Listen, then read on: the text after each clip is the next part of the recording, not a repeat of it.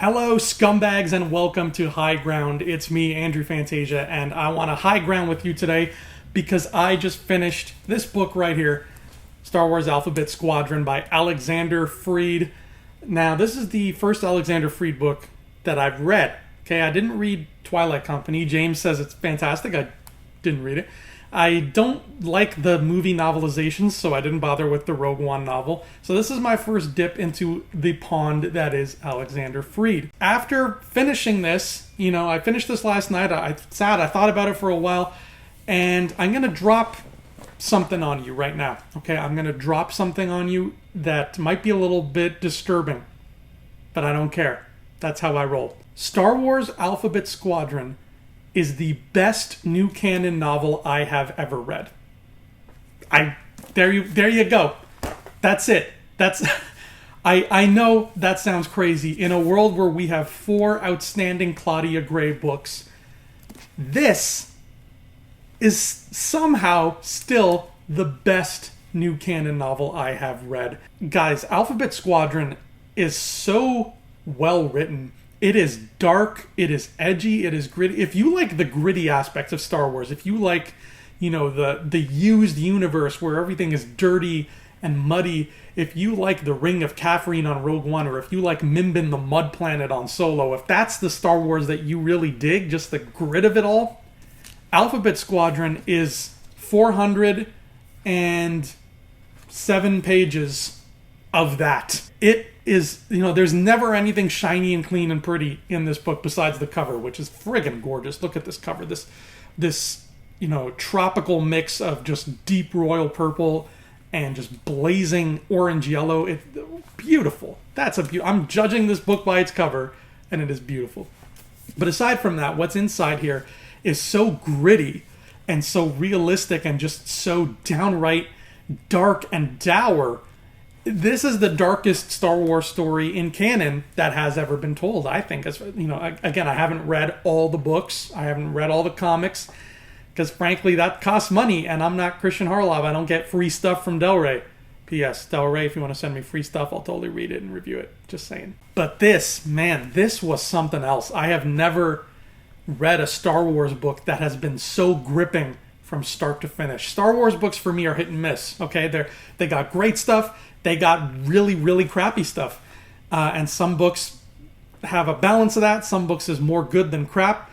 Some books is more crap than good. And I'm looking at you, Last Shot. But then along comes something like this, where I was never once bored. I was never once thinking, oh, I wish there were lightsabers. I was never once thinking, oh, I wish I could see characters I'm familiar with. Never once. There's only one character that you're going to be familiar with, and it's not even a spoiler to tell you who it is because they reveal it right on the back here. It's Hera. It's Hera Syndulla. Where is she? There she is. General Syndulla. Hera is in this book. Other than that, no. Nobody else. Everybody is brand spanking new. It's about Alphabet Squadron. It's about these 5 pilots who pilot these 5 different alphabet-named ships. They're not happy people. They are damaged people. Some of them are rebels. Some of them are Imperials. This takes place after the Battle of Endor, before Aftermath. So right after Endor, I think maybe a few months before Aftermath starts.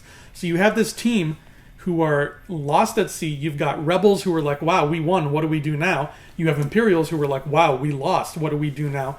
And they are hurt and broken and angry and sad, and they are tossed together into this sort of, very strict New Republic penal colony that's just not a happy place to be, and they're forced to become a squadron, and they have to work together as a team. And that's your plot. They have a mission that they know they have to do.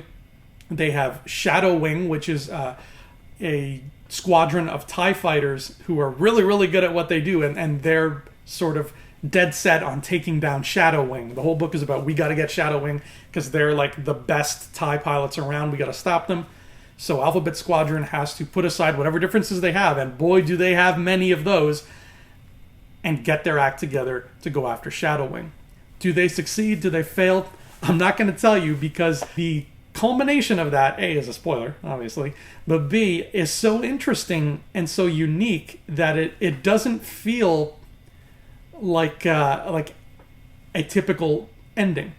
Whether they succeed or fail, the opposite still also does happen to them.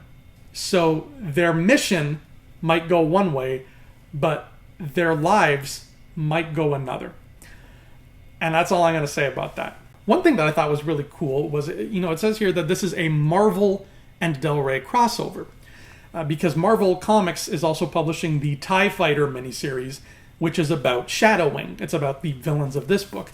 And I got to a point, I'm reading through the story, and then I didn't realize this was going to happen. But look, there's a commercial for Shadow-Wing in here. There's like a little snippet of Shadow-Wing. And to be honest, this is the only disappointing part of the book for me, and I'll tell you why. Because at first I was excited. I'm flipping pages. I'm just, I'm turning, I'm reading, and then I get to a point, and all of a sudden, boom, there's a comic book in the middle of my novel. And I got excited, and I thought, oh my god, that's so cool. There's going to be an action scene, but it's so visually striking that instead of writing it in prose, Alexander Freed decided to team up with Marvel and have it be drawn out for us. It's like a scene in the book. But that's not the case. What you see here is not part of the story of Alphabet Squadron. It is literally just a sampler of the TIE Fighter series. And that's it. It literally ends by saying, like, oh, if you like this, buy the TIE Fighter series right now. So it has nothing to do with what's going on in the story. And it's a commercial at the end of the day. And I wasn't crazy about that because I was excited when I saw those pictures. I was like, oh, cool, man. They're going to mix novel with comic. That is a novel concept. I'm intrigued. And then it didn't end up being the case. But that's literally the only thing about Alphabet Squadron that disappointed me. One thing I didn't know is that this is supposed to be the first of a trilogy. I had no idea going into that, and I'm kind of glad I didn't. When we get to the end, there are a couple of loose threads, like nothing major. Like the ending is pretty final except for one character. So I was, flipping through this expecting it's just a one and done deal like the majority of Star Wars books. The fact that it's going to be a trilogy now, I'm kind of split between two schools of thought. I'm split between one school of thought where I'm like, they got a lot done in this book. Like this is one of the thicker, chunkier Star Wars books. They got a lot packed in here. You're going to have two more? Like, what could possibly happen in those two more stories? Where's that going to go? I'm worried, that they might have two books that feel more empty because they already told the most interesting part of the story in this. So I hope I'm wrong on that front. My second school of thought is I'm excited and I'm eager to learn more about what happens because there is some unfinished business in here with some characters. There's a really neat character in this book named Kairos, and we don't know anything about her. This is apparently her right here, the one in the helmet. But the way they describe her in this book, there's a point where she speaks, and she barely ever speaks, but there is a point where you hear her speak. And the way they describe the voice, to me, I pictured Boushh. I pictured when Princess Leia puts on the Boushh helmet and she's like, "You're in Jabba's palace." That's the way the voice came across in my head, the way Alexander Freed described it. So I pictured somebody in one of those masks running around covered in bandages and stuff, because that's the way they describe Kairos. And we learn almost nothing about Kairos. She is a member of Alphabet Squadron. She pilots the U-Wing, but we know jack about Kairos.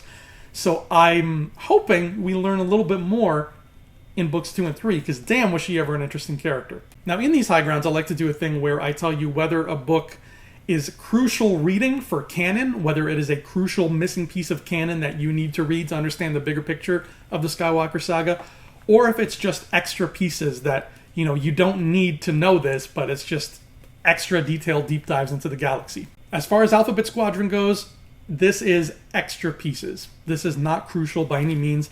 However, that doesn't mean it's bad. And I can't stress that enough because, like I said, this is my favorite new canon book. We have a new champion. This just toppled Lost Stars for me. So I have nothing but great things to say about Alphabet Squadron. I just have to point out it is extra pieces. You can read other more important books. You can watch all the movies and the TV shows, and you'll be fine. You don't need this to know anything important about the Star Wars saga. Now, that might change once I read books 2 and 3, because God only knows what's going to be in those. But as it stands, this is just extra pieces. It is just highly, highly, highly recommended extra pieces.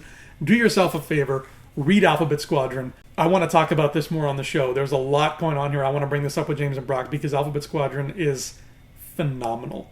Check this out, guys. You will not be disappointed. So I'm Andrew Fantasia. That is High Ground.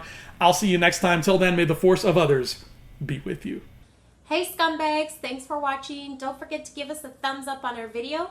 As always, please subscribe to our YouTube channel, Rebel Scum Podcast, for all the latest videos.